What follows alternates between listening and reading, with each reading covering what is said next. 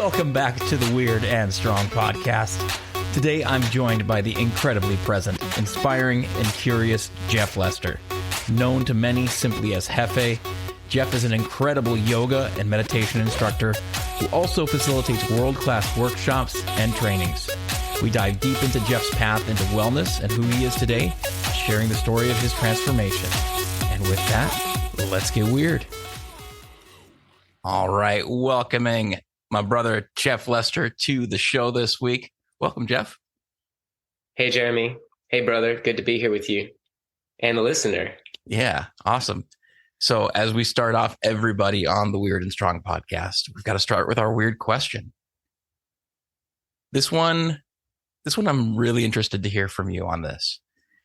Would you rather lose your ability to speak or your ability to hear for your entire life? Fascinating question. I would rather lose. Which one would I rather lose? Yes. I would rather lose my ability to speak. As close as speaking is to my heart, and I feel like it's very much a dharma for me and part of one of my gifts. I feel like I could communicate through that.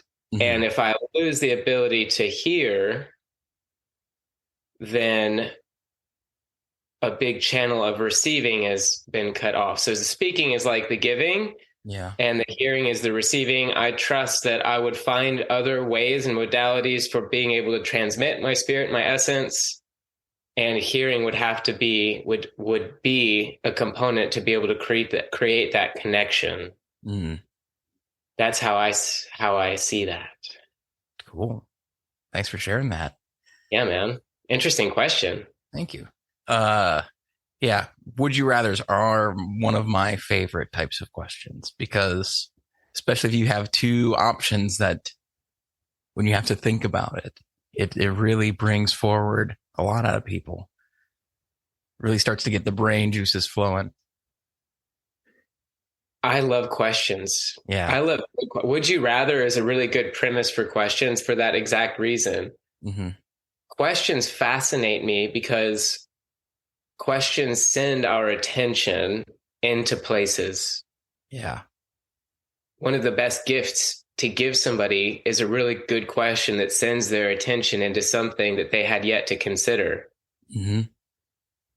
Beautiful. Yeah.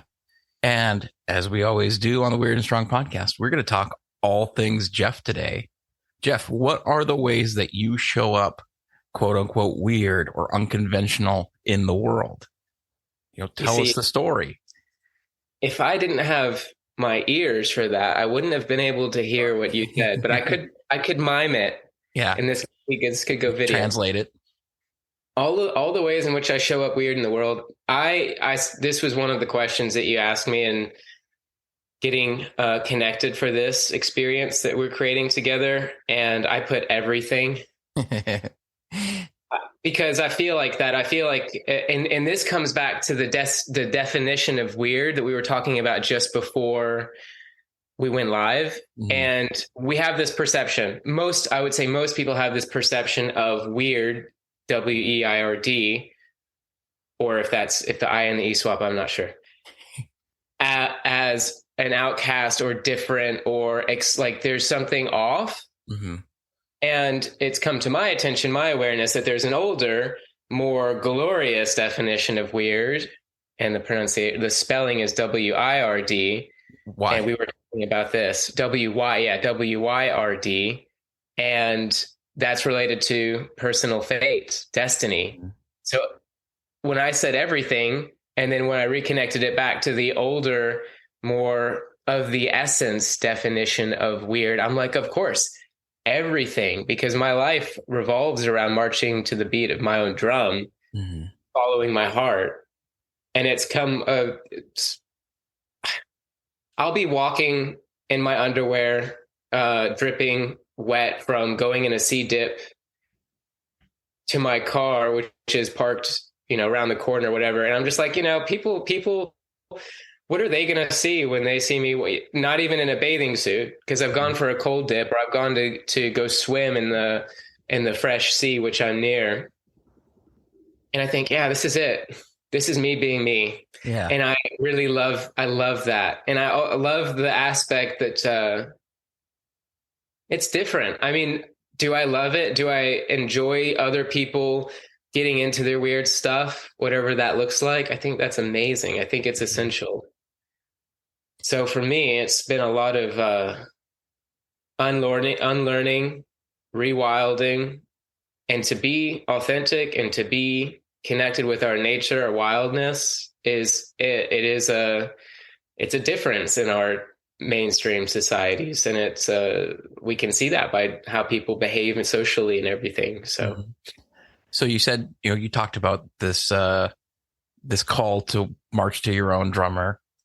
Has that always been the case, or tell us the tale of how it came to be that you're the person who's comfortable jumping in the ocean, not caring what people really think about it? If I really didn't care, I would go naked. Yeah. I do notice that there's a line there for me. I have done naked swimming, and I also feel like, okay, there's a social boundary that I can appreciate, and I'll go in my underwear. Who needs swimming shorts? No, basically the same thing. Back to the question. Yeah. No, the answer is no. I haven't always been. Luckily, I, at least in my point of view, experienced the shift, was willing to show up to be more myself and question certain identities and pathways and where my behavior's origins were in my early 20s. And luckily, I had chosen a path that created enough dissonance for me to be open to questioning. I feel like the path where there isn't enough friction created to question and to seek something different is a very dangerous path, because then that's where one wakes up, so to speak, or becomes more aware later in life. So I'm grateful for that. And I also pray, like, I also think about my future lifetimes and be like, let me wake up like as soon as like early in the next lifetime. I want to spend all my life being engaged and alive in what is authentic to me, because that's where I am that's where I've gotten to with now.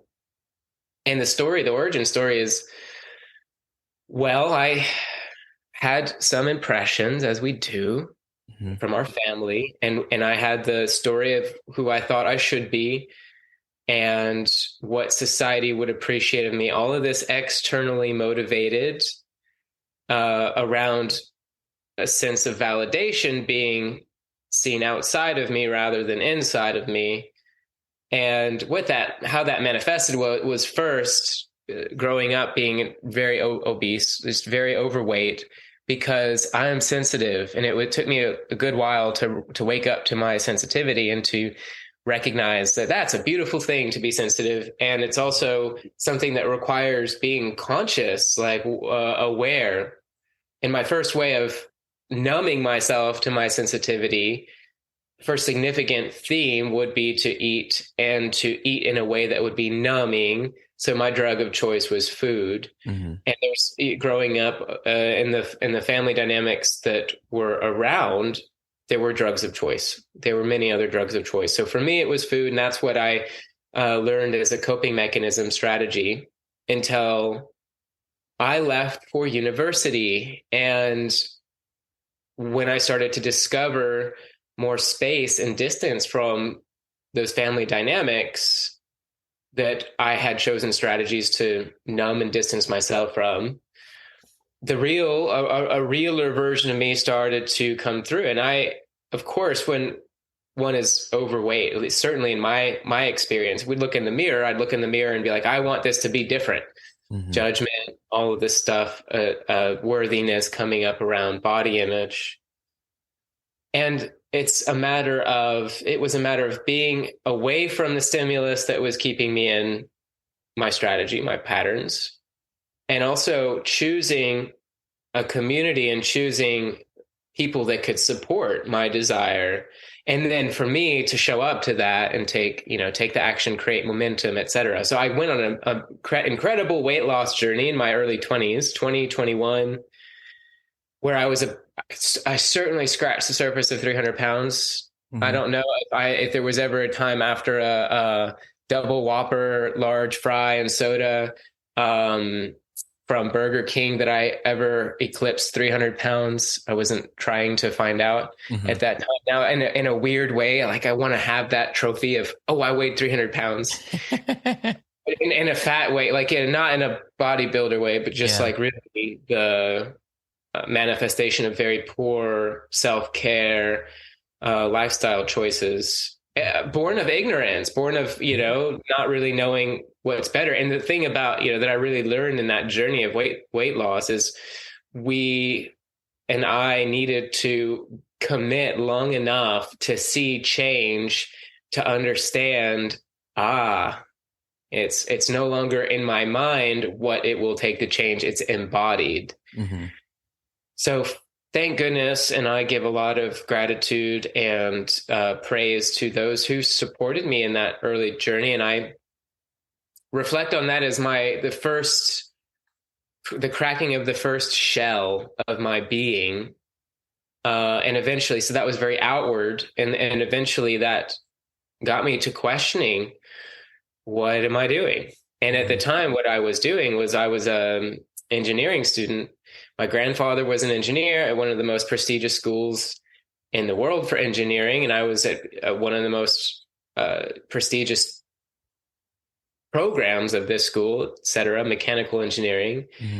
And all of that was another layer of defense, because the story I had believed and bought into, we talk about story work for sure, was if I'm going to be fat and overweight and not desirable in my body, I'm going to at least be intelligent and smart and create this wall of I'm right, so that I could protect myself. Of course, all of this reflection is in the rearview mirror and retrospect, and having continued this journey and understanding my psychology, much, much more.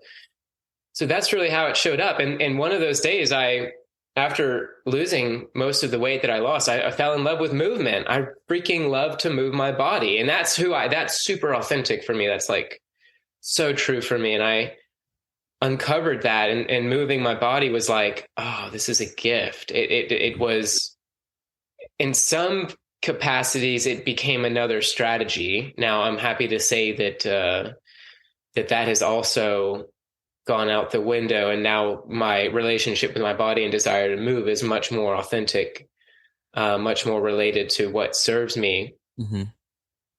I started another dimension that I discovered for myself is I love to hold space. I love to lead. I love to be in front of a group and offering something that matters to me. And that at the time manifested as becoming a group fitness trainer.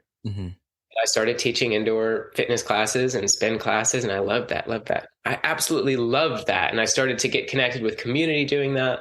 And one day I'm walking up the hill at Georgia Tech and going to the gym, and the thought pops into my head. It's my second to last year of university. I had like one or two more semesters to go. The thought pops into my head. It goes, you never liked any of this anyway. And what was I thinking about? But I was thinking about my coursework. I was thinking about my path as an engineer, and the physics and the mechanics and the thermodynamics and all the X systems and everything. And the thought came into my head. It was like, you never liked any of this anyway. And I was like, ooh, I don't want to hear that thought. That's right now. That's the discernment between what is busyness of the mind and an inner whisper. For me, that was an inner whisper, and it was loud enough for me to hear it. And I still had the mechanism of rejecting it enough, at least at that point. But I paid attention to that moment because I can tell this story now. So it popped up into my head. And as I was walking to go teach a group fitness class, the next time that popped into my head was much more significant because I was able to act on it. And this was a huge transition in my life. My mother passed away after being ill for a very long time. And also my mother was a pillar of that story, of those dynamics that I was alluding to when I was growing up. And I did and do love my mother, and our relationship has transformed significantly since her transition, her passing. However, at the time, her passing away created a substantial shift in energy that I started considering and listening more to that whisper. I felt like I should do this and be this for mom.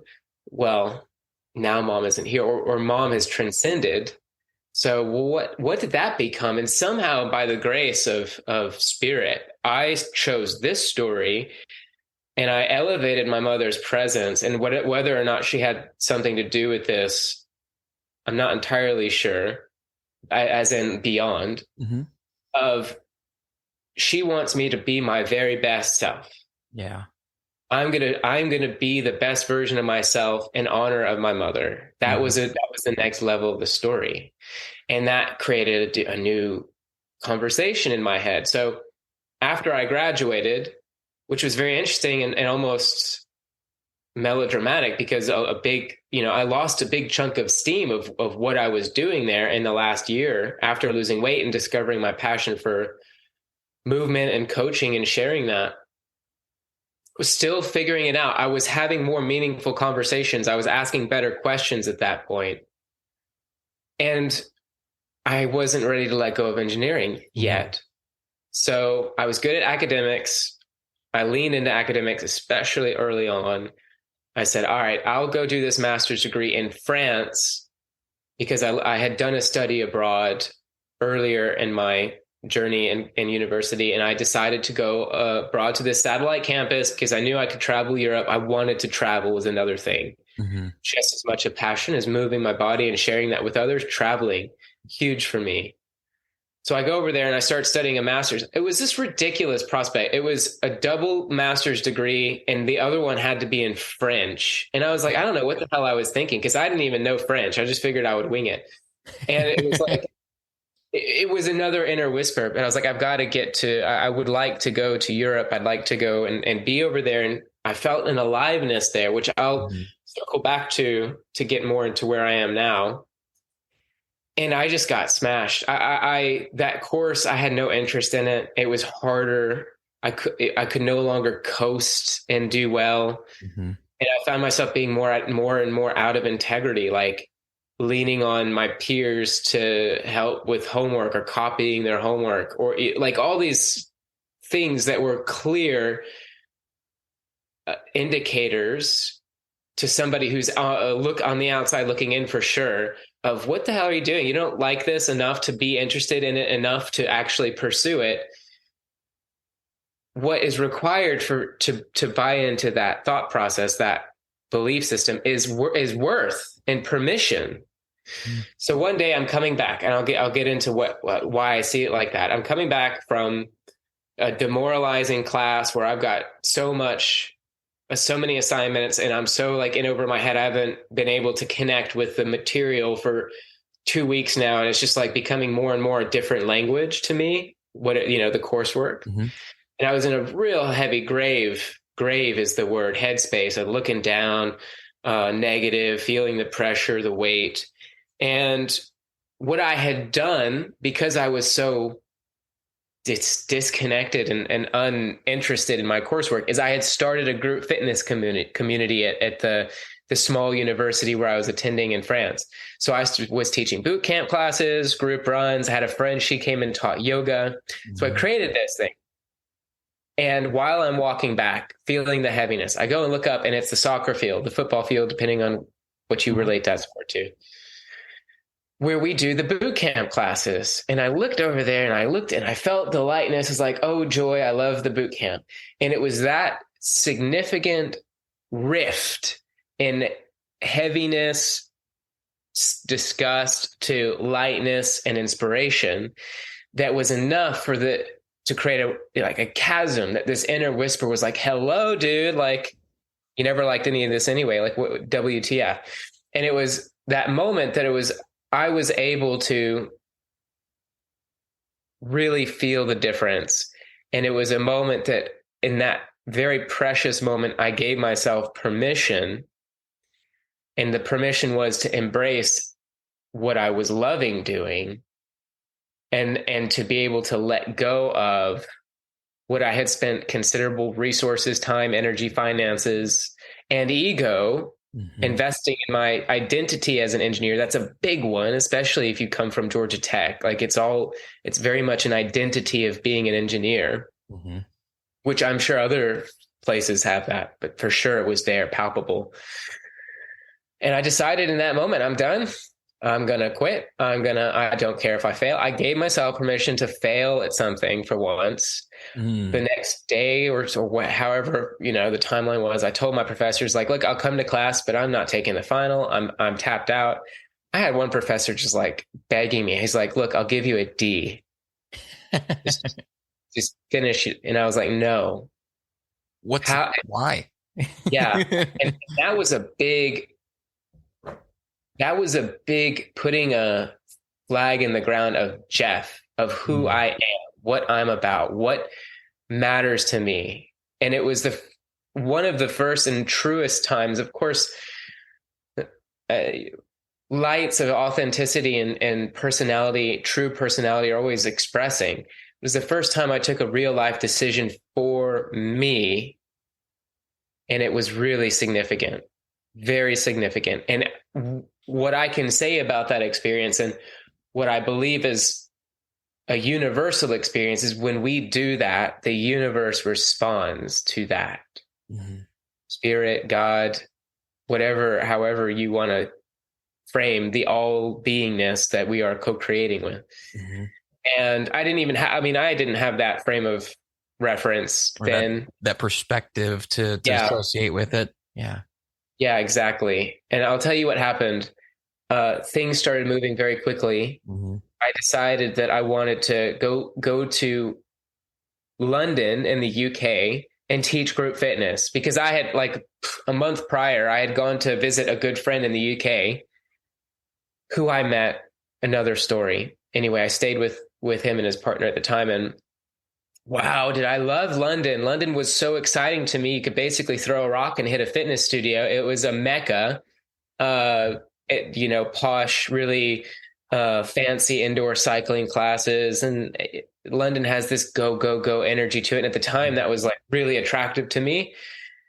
And so I made the decision, I'm going to find a school I can go to in London. I'm going to apply. I'm going to get a student visa. And it was like clarity, decision, action, return on that, as in confirmation. That's going forward. Everything is like a green light. The wind is a sail behind my back. The wind is pushing me forward. So you no longer had this open thought loop of engineering.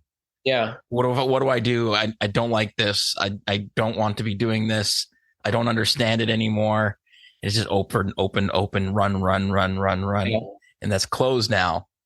It was a huge energy drain, and I turned it off right there in that moment. It's interesting how and this is from my perspective and also working with others, is like, there's something very valuable about a crisis moment or a rock bottom, however that looks. The dark night of the soul. Yeah. Dark night of the soul. Cause that can become the impetus for massive change, for beautiful change. Yeah. And dude, that's it. I mean, at that point, even in college, my master's degree, I was out there taking cold showers. I was doing Whole30 or other kind of diets. I was already exploring lifestyle decisions that were more in favor and more weird, like out of the norm.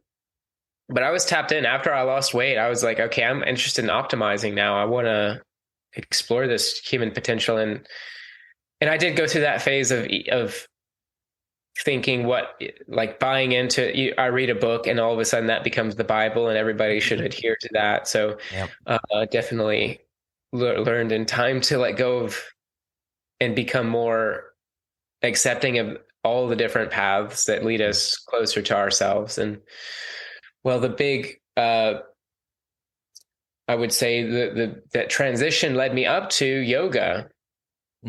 within three. So everything went really smoothly to getting to London. And the third day I was in London, I was taking a bike. I had got this bike off of the UK's version of Craigslist. It's called Gumtree, and you can get secondhand stuff, people selling it direct. And I got this bike there like the first day or the second day I arrived. After I checked into school, put my stuff down, I go meet this dude to get a bike. And it was a really old fixed gear bike. And a fixed gear bike means the pedal has to go. I have one. Yeah. Man, I didn't really understand what a fixed gear bike was about. And so I tested it out and it was like, oh shit, I got to be pedaling. It's different. And at the time, fixed gear bikes were like trendy. Yeah. And so I was like, I'll take it. It was 150 pounds, 150 quid, they say. Mm-hmm. And I rode that bike back and I was just terrified. One, figuring out being on the other side of the road. Who'd have thought driving on the right-hand side of the road your whole life, you end up in the right hand. If the second you stop paying attention, there's a taxi coming at you saying, hello, what are you doing? The buses, the traffic, everything. So I'm riding this bike that I can barely ride, terrified me. And so the next day I'm like, all right, I've got to get this fixed. I've got to get it unfixed, so to speak. Mm-hmm. And I looked up a bike shop and I called them. They said, yeah, we could just put a bearing in and no problem. So I'm walking to that bike store, and on the way there, I passed by the House of Yoga. And the House of Yoga, I walked in, they had the A board out. They said 30 days unlimited yoga for 30 pounds, like probably $50 at the time. And I was like, I'm going to do this, because I had just gotten into practicing yoga when I was doing the group fitness at the French university. And I had a friend, she was teaching the yoga. So I was getting into it. And for me, yoga at that time was just a workout, run, and then you need to stretch, and it's better for you. And that's as far as it went to me. And luckily this community around yoga opened my eyes to more of what yoga really is. And what I had thought about it before was this purely physical thing. Mm-hmm. And it started to open my eyes to, I had felt this sense of a chip on my shoulder, baggage, whatever you want to call it, of my past. And I felt it there. It was like, it was there. And I'd even had an experience before I left that, like, I was like, I'm going to call it a therapist. I would like to connect with a therapist. I'm interested in seeing what's possible with that. Because before this started, like my idea of what healing is like, you get a bruise and it goes away. That's you healed. Yep. I had no, it just disappears. Yeah. Beyond the physical aspects of healing, not the emotional, mental, spiritual components of life. So it's very much in a physical life. And that's brought upon by being, in engineering, where everything is like looking from the rational mind, physical, and every tangible, science-based. Mm-hmm.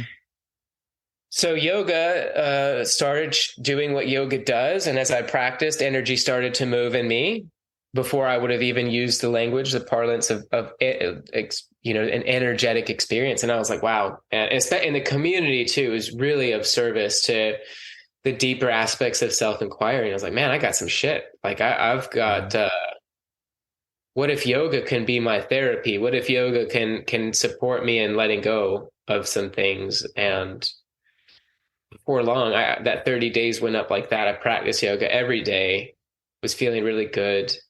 And I ended up joining the yoga teacher training, because the yoga teacher training is another facet of what I shared before. It's like, I love to lead group fitness. Mm-hmm. Yoga teacher training is, I love to teach yoga.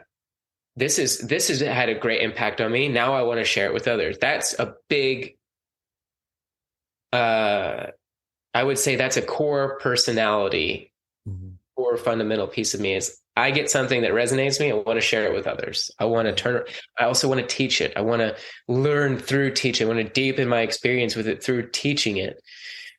So the yoga teacher training, and if you're listening to this, first of all, we can talk about how my points of view on yoga as they've evolved. Now I've been in this, and it's evolved in many different ways over the last 8 years.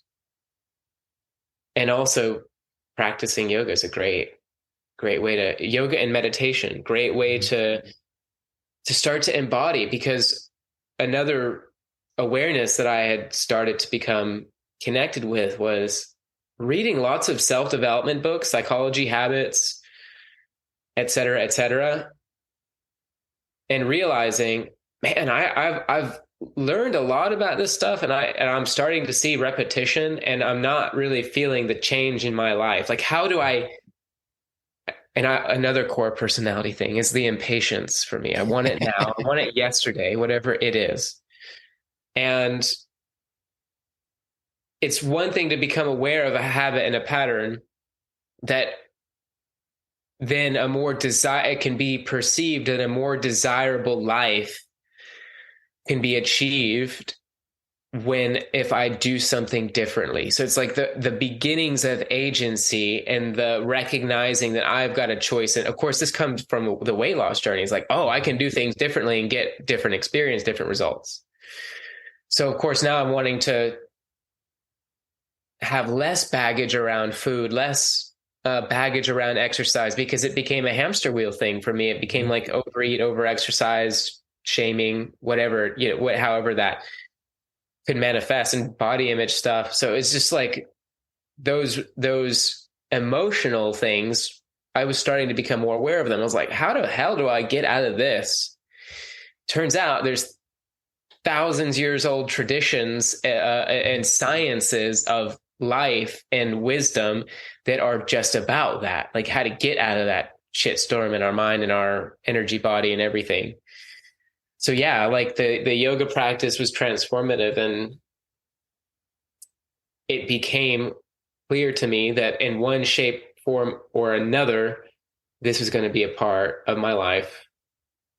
I said at the time, for the rest of my life, and knowing well that yoga, the word to unite, to connect, to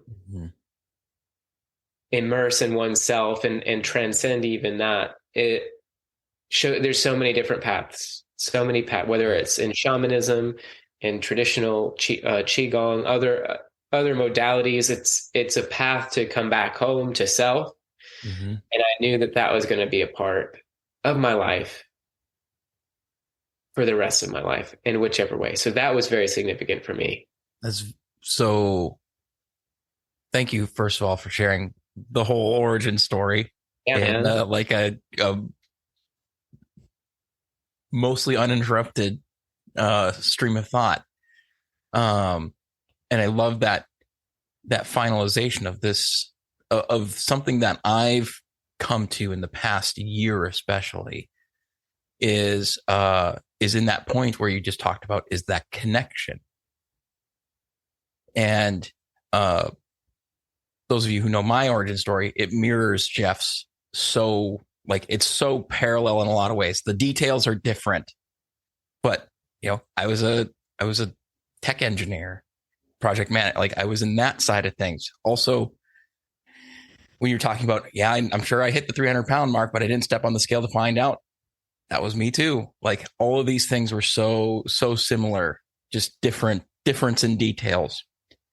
And the thing that I've been coming to, and the thing that spoke to me really well while I was on my vacation in Berlin last year, I was reading this book called On Connection. And it talked about many of the things that we experience, whether it's, numbing ourselves with food. Like, for myself, I saw that as a lack of connection. Like, I would be out with friends, we would be having dinner and drinks and all the things, and then I would get home and I would eat more because I had a feeling that I didn't know how to handle. And a big part of that was I lacked a connection to myself. I lacked a connection to this inner side of me. I was doing the connection with others, but was I actually connected to them? Not really. And so the further and further I go on my own journey, is that connection point is so much more tangible, or like the lack of it becomes much more evident, of like, oh, okay, I see what's going on. I need to get myself connected to something. I'm missing a connection somewhere. Yeah. don't know if you had any further thoughts around that. It seems to, and especially in, I would say, our journey, there's transitions and periods of transformation where I used this word awareness before. Mm-hmm. And it's not lost on me that awareness can go over the head. It certainly would have gone over the head of my past self. I had this memory of when I was 24, and I believe I was 24, and I had been reading several of these books on self-development, motivation, etc. And a handful of them were talking about presence, the value of presence, that presence is everything. And I believe in bibliotherapy. I believe that books can be enlightening and awakening and supportive. And at the same time, a book can only do so much towards guiding our attention into an experience. Mm-hmm.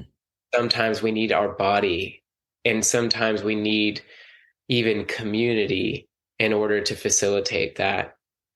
And so I remember reading these books and feeling that disconnection, and also stumped about what is this presence thing, because presence was a word and I had put presence in a box of what it meant.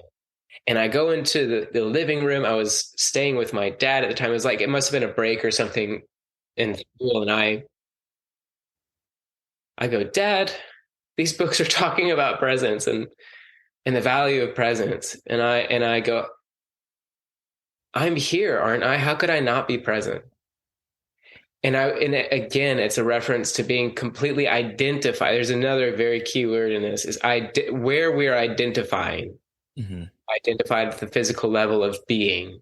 So the big shift in consciousness, the big shift in awareness, is recognizing there's different elements of being, and it requires the awareness, the ability to zoom out and see oneself from a distance as a multi-dimensional being. Which is like, well, good luck trying to do that with just a simple set of verbal instructions. Mm-hmm. It wasn't until I started practicing meditation. So I have that experience with my dad. How could I not be present? I'm here, aren't I?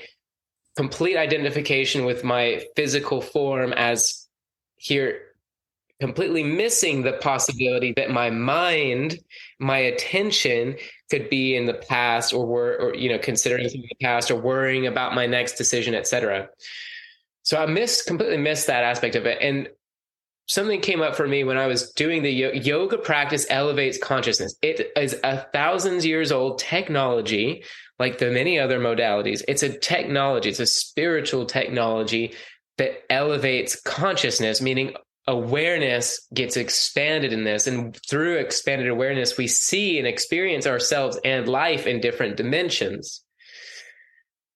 And what I experience, and one of those things is the discomfort of recognizing our patterns and our shadow. When awareness, the light of awareness expands, it meets shadow and it says hello to the so if I'm in the practicing yoga and connecting with the yoga practice, and my awareness is expanding, and I realize, I completely turn off and I start binge eating, but yet there's a part of me that's woken up and it's watching me do this. Mm-hmm. And it's like, this isn't what we want, or this is destructive, is really like the awareness of this is destructive. Or there's the realization of, you think this is the pattern that you've relived because you think that this is what's helped whatever, like to balm whatever ache or hurt is happening. This is the wrong medicine. Right. Like you're taking an aspirin for a broken leg. Like, exactly. That's it. And I experienced that. I got into the awareness of, wow, there's some messy aspects to my life. And one of those was how I was showing up for in the morning. And I'll share that one of the big, one of my big first, I would say, demons of a like dragon or whatever you want, something I faced was the recognition that I had this dynamic with my body image, with exercise, and with eating, and it was all around numbing, and it was all very outwardly oriented. So it was in a sense transmutation of what I had been experiencing before. It didn't go away just because I lost weight. It actually manifested in something different. Now, thank goodness for the yoga practice, the awareness shows up and it's like, oh, this is okay. I'm creating a substantial amount of suffering for myself. I've woken up to the fact that I could change. I've done it before. I can do it again. This is a different kind of enemy. It's not as straightforward as, oh, if I do this and this and this. At least it didn't appear to be so straightforward. Mm-hmm. I'll come back to the yoga, which it can be a straightforward, do this and this and this, and change will certainly happen. Anyway, I'm in that experience. I become more aware. It wakes me up to the fact that, okay, what's it going to take to change this? And I recognize that this pattern of overeating, and then like, now I need to over exercise in order to, mitigate, to balance it back out. Which is it's all out of balance is what it is. Trying to create out of balance out of the spectrum of balance. And one of the things that I was doing was I would snooze. I would have the intention, I binged eat tonight. It was pint of Ben and Jerry's and French fries, whatever. I'm just going to wake up tomorrow morning at 6:30 and go run 10 miles, like bish, bash, bosh, as the Brits would say. I can erase my mistake, so to speak. I was in that frame. I was in that thinking. So to even to recognize that being in that way of thinking is so judgment oriented, it's so disconnecting that the possibility of something else is choked out. It's essentially we're tunnel vision on that. Mm-hmm. And it got to the point where I was like, well, I've now started pressing snooze because I've got a food hangover, and I get up. I'm consistently getting up like 10 minutes before I got to be at class because I was still studying when I was in London. And of course, I've got at least the wherewithal that I'm going to show up to class. I'm going to be there. And I woke up stressed. I woke up with no energy. I woke up with like, completely different than how I would like to wake up, with time and space to do some of the things. So what I did was I made a commitment. I made a commitment to the yogis at the yoga studio who they created a container, an event or a space for 40 days of personal revolution. And I really showed up for that because I knew there was some value to that. And I said, all right, this is it. I'm going to start. I've heard great things about this meditation thing. Let me commit and verbally commit, which is supportive in that ego state where we're still requiring outer validation, which I was still there. It's okay. Like we can use that. I said, all right, every day I'm waking up at least an hour and a half before I need to get ready. That's my commitment. I was very determined in that. And it was an energy of determination and also frustration with the way things are, which is a creative energy for change. And I started meditating every day. At that time, I was using the Headspace app. And after at first meditation 10 minutes, like, oh, that's good. That's good. Feels good. And then after 6 months, 3 or 4 months of that, I started to have more moments of presence. Hello, presence. And the way I became aware of presence is through the meditation practice. I started to observe, another keyword, the fluctuations of my mind, meaning I would be distracted. I would be in a thought process. I would become aware and observe myself in a thought process. That moment that shift happened from identifying with the thought process to aware of being in a thought process to observing it. Mm-hmm. Now that's the stuff. And that's the whole science of yoga and meditation, is to create the circumstances for that awakening within to be an observer. And I recognized, wow, I started going to certain places that I had never been. I call it the inner universe because it's so obsessed and identified with the outer universe and achievement and everything that's out here that we never look inside. We just assume, and that's what I certainly did, assume that there's nothing in here, nothing going on in here. It's all the good, interesting stuff is out here until the out here starts to be incongruent enough. Hopefully, and that's a great thing if that happens to then force our attention inwardly. Yeah, man. And that's how I woke up to that. What you were saying is like presence is the ultimate connection. Where presence is there, I can connect with my needs in a place where there is no judgment. It is just, what do I need? And that's the connection. That's so incredibly nourishing. And I could not, I can guide meditation, love guiding it, guided maybe 1,000 meditations. I don't even know. And what I recognize in meditation is if you've bought in, if you're engaged in the practice, then my words are taking your attention somewhere, hopefully closer towards presence.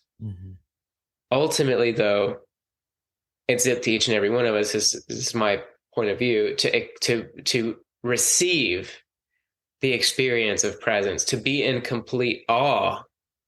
Wow, this infiniteness of being, and huge amounts of connection and healing comes from that. And the reason I tell that story and go through so like what I believe is meticulous of detail, so that somebody listening and hearing like, oh, what is awareness really? The way I'm using it. What is observation really? The way I'm using it. What is identification really? The way I'm using it. And then to hopefully take your attention listening into some new places for a different experience, because that has been the key for the whole journey is how can I get my attention into a new space? Yeah. So let me see if I can sum something up on this topic of awareness, of some things that I heard as you were talking. You talked about having this awareness, being able to observe and ask, what do I need? In comparison to, let's say a earlier part of your journey where you would feel a need arise and you would use the old thinking brain to try to engineer an outcome or engineer a solution. Like, what's the difference? What's been the difference in experience between those two sides of that coin for you? Or like, you can even speak from like, what have you seen with how this affects others as well? Yeah, absolutely. And that's a fantastic question. I don't know where you are with engineering. I know you've got the IT background. I jokingly say I'm a recovering engineer. From being, let's say the word being identified with the mind and the thought process, that recognizing a need is an irrational thing.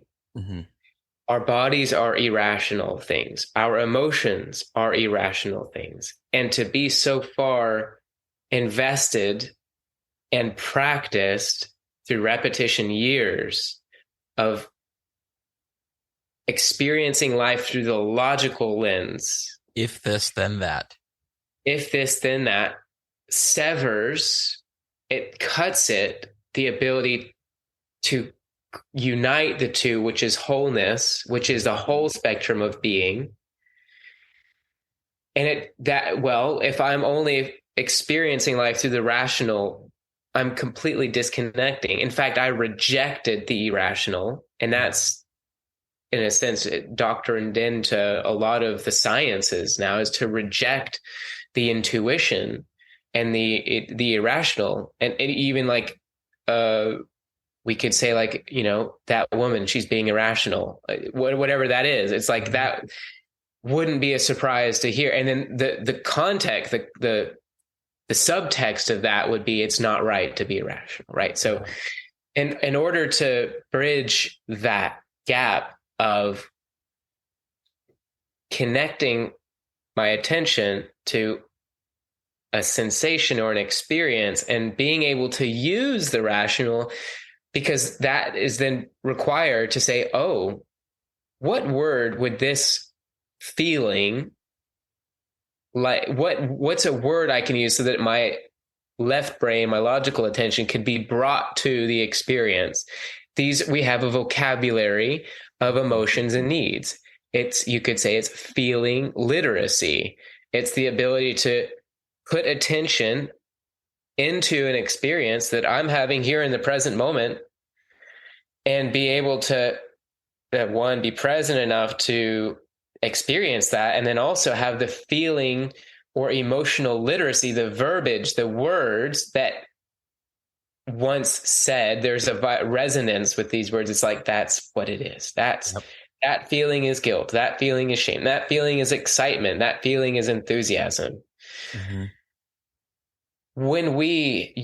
So to the listener, when you start to develop and practice emotional feeling literacy, one, it requires slowing down enough to put the attention in, and meditation practice is really good for supporting that sub skill, that foundation for slowing down. Your whole being, body, mind, spirit, will give this, that's it experience when you're able to authentically and accurately use a word that describes the feeling that matches. Now, here's what happens as a pattern. Needs do not equate to strategies. This is coming from nonviolent communication, which is a really, really great modality for our own expression and also communicating with others.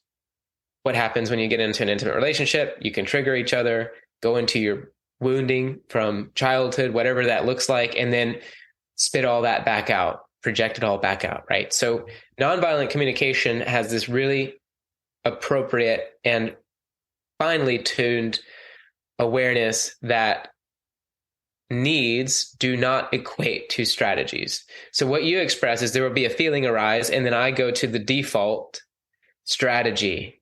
Mm-hmm. And I think, it can be a very male thing. Let's say your partner shares something vulnerable or a challenge, and the man's brain goes like, here's the strategy, here's how you fix it. Engineering brain, it doesn't matter if it's man or woman, it's like, here's how you fix it. And it would be different to hear that other person sharing what they're sharing, reflect back to them what you heard, say, it sounds like you're feeling this. And you can, if you get it, you'll see their whole body and their eyes and everything will go, yeah, you did 1,000,000 times better in that moment than any answer you came up with, any strategy. Because here's the exciting and fascinating thing is, if we can bring our attention to need, one of two things happen. If we can become and hold space or be present to what's arising as a need within, one, it spontaneously gets resolved because it was just needing that sense of connection. We were. Or two, the strategy can arrive spontaneously. It wouldn't be necessarily, it would filter up as a rational thing, but it would be like, it would just be like, that's what I get. That's what I'll do. Yeah. And it evaporates. So that's I'm still practicing that. And I teach that, I share that with others. Like, that's a big mastery level of being human, I feel, of being able to hold space for ourselves. Another way of being present, another language of being present is to hold space for oneself or another for that to arise. And that's presence. Yeah, I really love the simplicity of that it's similar to a practice that I've used, or I've been practicing over the past year because I would do that. Somebody, especially in a role of a coach, somebody comes into your office, knocks on your door, and they're looking for that holding of space. And I've heard of this other coaches using this strategy, especially if they're in a relationship with another coach, where you've got two problem solvers trying to solve each other's problems all the time. It's like, oh, are you looking to be coached in this moment? Do you need me to bear witness, hold space for you in this moment? Like, are you looking to be heard? Are you looking to be validated? Like, what are you actually looking for in this moment? Was a practice I started to incorporate. Like, I would hold the space as they were sharing, and then ask that question. Huge. Beautiful. Yeah. It comes back to what we talked about before, is that asking a good question can be the most loving thing you can give somebody. And how easy it is to assume that we gauged the moment correctly, or whatever it is, instead of asking, instead of finding out. That's a huge one. Like, one of the Four Agreements, or the Four Agreements, a great book to read. And there's two agreements we are connected through and lifted, and we have this wonderful awareness around the influence of words. And two of those four agreements are: don't take things personally and don't make assumptions. And I personally make my mantra of those four agreements to notice when I take things personally and to notice when I make assumptions, because if I feel like I'll be making assumptions and taking things personally for however long, but I'll notice it. Yeah. Instead of make it a bad thing, what noticing does for me is like, oh, there it is again. So extracts the judgment, which could be there if it's a don't do. Yeah. The noticing it starts to come across more of like, oh, my car's dirty. I noticed my car's dirty. I'm going to go wash it now. Versus oh, I haven't washed it. I should do that. I should do this. Oh, yeah. It changes that energy and changes that attention pretty significantly into a way that when you notice it, it's much easier to make a change. And it's a matter of different words. Choosing a different word, get a very different experience. Fascinating to me. Yeah. Well, and even coming back to what you were talking about is if you're reflecting back at somebody, or even for yourself, reflecting and finding that word, or finding those combinations of words that you physically can feel. Like, I know perhaps some people listening may say that, I don't really know what you guys are talking about. And I would venture that you do, considering times in your life where somebody said just the right thing that made you feel supported, made you feel seen. Like, that's what we're talking about. And being able to, and I love that you brought this up, and because this is a pattern that I've struggled with, is in slowing down enough to be able to have the presence to notice these things, especially as masculine individuals, and also coming from the solutions-based engineering, right brain thinking, or left, whichever one it is, of go, figure it out, stay all in that headspace, that keeps that frantic energy, that slowing down and taking the time and taking the space becomes very difficult for people. And so I would challenge those that don't feel that connection into feeling or embodying that word or words, or finding those for themselves, is the challenge is to find the time and space. You had mentioned the Headspace app. Are there any other ways that you would suggest people who may be getting started on this journey of ways to slow down and get connected to self? Absolutely. The first aspect is to notice what keeps me fast, what keeps me striving or engaged, etc. And to be in the space of, okay, that's a certain gear. That's going somewhere. Slowing down is different. Slowing down requires a different set of actions, behaviors, etc. So even in the slowing down, if there is, it becomes very zen. I want to keep it I would love to keep it more practical.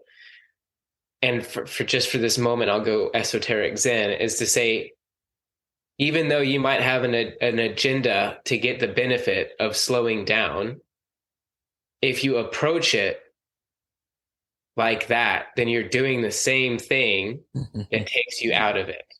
Okay? Yeah. So now that your mind is appropriately screwed up, that becomes okay. So in order to be able to transcend that paradox that we find ourselves in, what's required is trust, faith, whatever you want to do, is to, if I try this practice consistently, I will experience something different, because it's something different. Think, act, and speak differently, get a different experience. Mm-hmm. Sometimes we have to will or talk ourselves into that enough in order to get the difference as an experience, not a mental thing. Yeah. So that being said, in your journey of slowing down, take it slow. Instead of saying, all right, I'm going to slow down. I'm going to go 60 to 0. I'm going to start meditating every day for an hour. I would say that good luck. My first meditations were like 5 minutes, felt like an eternity. And I've got ants in my pants the whole time looking at, maybe it was 10 minutes. I'm like taking a look over at the clock. Like, is it done yet? Like, this doing nothing really sucks. Like, what is it? I'm not getting anything done. Nothing is. Yep. So if you do start with the meditation practice, and that means certain things to certain people, I'm talking about sitting down, setting a timer. Maybe you use an app, a guided. I've got a 30-day. Personally, I've created a 30-day practice that you could listen to, because I believe in the benefits of a consistent daily practice over time to create a habit of meditation practice. That's when it's truly its best and most fruitful. So that's available to you, whatever it is, to recognize that all of that bullshit is going to come up. It's just almost guaranteed that the first time, if you're used to living a fast-paced life, that part of you, and I'm making an assumption, is going to perk up and say, what are you doing? Nothing is happening. What's the point of this? All these different voices. Mm-hmm. So my invitation to you is to notice that showing up and be curious about what's behind, what is deeper than that, or what is outside of that. Let's call it a channel, a radio channel. What are some other channels you could tune into? Could be sensations in your body. Could be your breath. Could be you've got a guided meditation taking your attention to a certain place. So start with that practice. And what you can also do, there's so many ways to slow down. It's notice where you go fast. For me, how quickly am I eating? How am I do I put on a device or something else whilst I'm eating as like even more noise? So a big part of slowing down is also being with ourselves sans minus the impressions that are constantly coming into us. That's why the moment we close our eyes, there's all this shit that comes up, because it hasn't had the opportunity to be filtered or to be processed, because we're with our devices, phones, laptops, this, that, and the other. There's so much internal stimulation that we're taking in through our sense organs. And just like the food we eat, that requires digestion. Usually that gets digested between 10 p.m. and 2 a.m. in the morning when we're supposed to go to bed. That's the time that our mind and our body and our energy body starts to digest the impressions of the day. You take that out because phone scrolling, working, whatever it is, then there's no space for your being to digest all the impressions that are coming in. So another step in slowing down is to, what can you do that can create some distance from all these impressions? And I mean, really, I'm talking about the taking information in, the stimulation through the eyes, the ears, in the mouth, etc. And a simple way of doing that could be go for a 45-minute walk without your phone. Be a great one. Even better, a walk in nature. Nature has, I mean, we could do a whole nother podcast on nature. Nature has the benefit of bringing us into an energy state because the trees are present. The trees are being, I know I just lost you. Maybe I lost some of you. Trees are beings. They're existing. There's an intelligence, and the forest is a being. It's living. We're breathing with what the trees are. We're sharing that ecosystem. They are present. Think about that. They've been doing nothing but maybe growing and digesting sunlight and water and turning it into energy. And that's their whole thing. They've got being present down to one of the best signs trees do. So you'll go in there and step into that frequency. It will support slowing down. Being with trees, being with beings that are very slow will help you slow down. I had no idea I was going to go there, but it went. Yeah. The 5-minute start with 5-minute meditation, get to 10, get to 15, 20 minutes if you do. One thing I can offer you is, if you're able to make a sincere and earnest commitment to your practice, sometimes that's what it takes at certain stages. Not always. Sometimes that's what it takes at certain stages is I'm going to use my willpower and do this for 30 days or 60 days. And I'm going to let go of all the mental stuff that tries to talk me out of it, all the stories, reasons not to, etc. I'm going to become wise to that and say, no thanks, resistance, not today. I'll talk myself into this today. And even better, I'll talk myself into it for this next breath, this next moment, whatever that is. Make it accessible by breaking it down into small pieces and consistent pieces. So those are the two most essential ingredients to creating space, is commitment and consistency, and making it at the level where you are.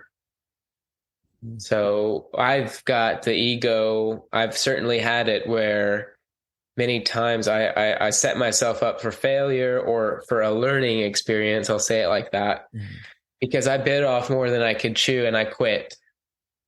Or I left something on the table of a commitment because I wasn't meeting myself where I was. So that comes with time too, and self-knowing, self-wisdom, self-understanding, to meet ourselves where we are. And if maybe this is the case, you tried meditation, it just was like not your cup of tea. What about a walk? Or what about shortening the meditation practice? Or what about doing a mindful movement practice? Qigong, Tai Chi, yoga, conscious breathing. All of these are different. And I said this at the beginning. They are sciences. These are tools. These are proven commodities. What's required of you in the initiating, creating space, and slowing down is trust. Because you're used to an experience of life. You might even feel like that's all there is to life. And if you can trust, can even be curious about the possibility of trusting that there is so much more to life, then it will present itself to you, and it will be the most fantastic, glorious experience that you can't imagine it, because it's coming. So Mm-hmm. that's what it's such a, when I go through all of that rigmarole to lay out different instructions, like I'm trying to meet you where you are. Yeah. That's my intention, because if I can inspire or make it feel like it's accessible to you to get on this journey, it's like, wow, amazing. Yeah. Thank you for sharing all of that. We're coming up, time to wrap this episode up. Anything else that you'd like to share with the audience, with the listeners? Anything that you're bringing into the world that you would like to make the collective aware of? Yeah. Well, first, brother, thank you, Jeremy, for showing up, for doing this, holding space in your right, creating this podcast, creating many beautiful things. So thank you. Thank you, listener. Thank you. If you made it this far, amazing. Just my sincerest gratitude for you, for your attention, for your time, your energy. I really sincerely hope that this serves you. And if you did feel like this served you, one of the most precious gifts you could give us is to try on anything that we offered here, is to try on, is to benefit from, and even share that back with us after you've made progress or experienced stillness, whatever that looks like, would feel so affirming to why I certainly do this because I love doing it and I love showing up in this space. And I do appreciate it when others share their wins. Mm-hmm. And I bet you'll feel good too for sharing your win. So that's just a hint there. Mm-hmm. And what am I putting out in the world? Well, I've got an online platform called Jefe Living Collective.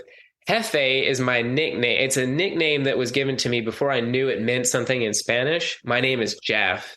And I thought my friend was just pronouncing Jeff in a Spanish, it's the funny. J turns into an H in Spanish. Mm-hmm. And then another person completely disconnected from that other person started calling me Jefe too. And I liked it for whatever reason, it stuck.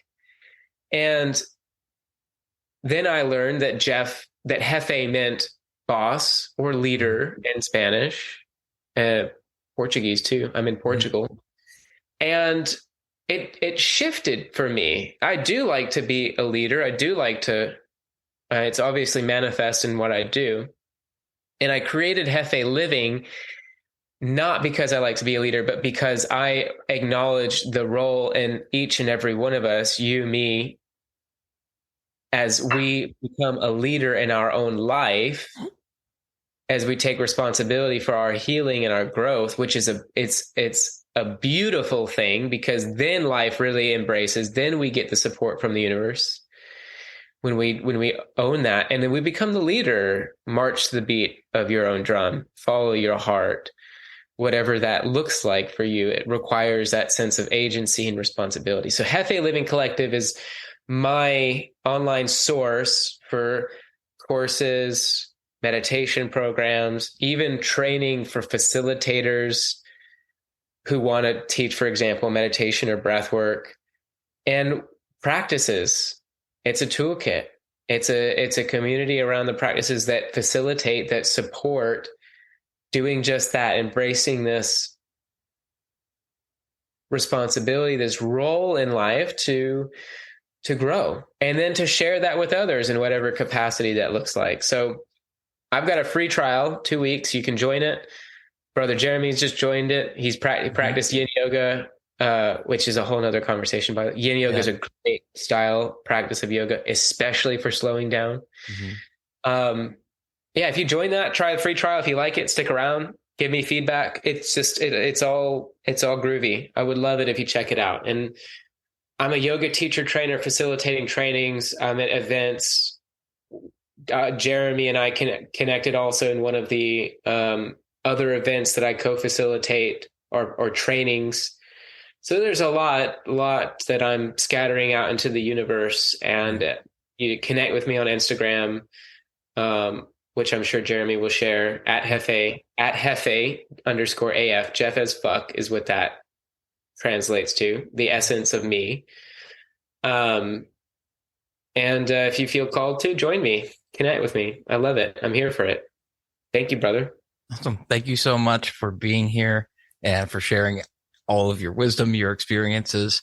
Yeah, I appreciate it so much. I feel very energized after this of hearing so much of this. Yeah. And with that, we'll close out this episode. Stay weird, folks. Stay strong. See you next time. Stay so weird.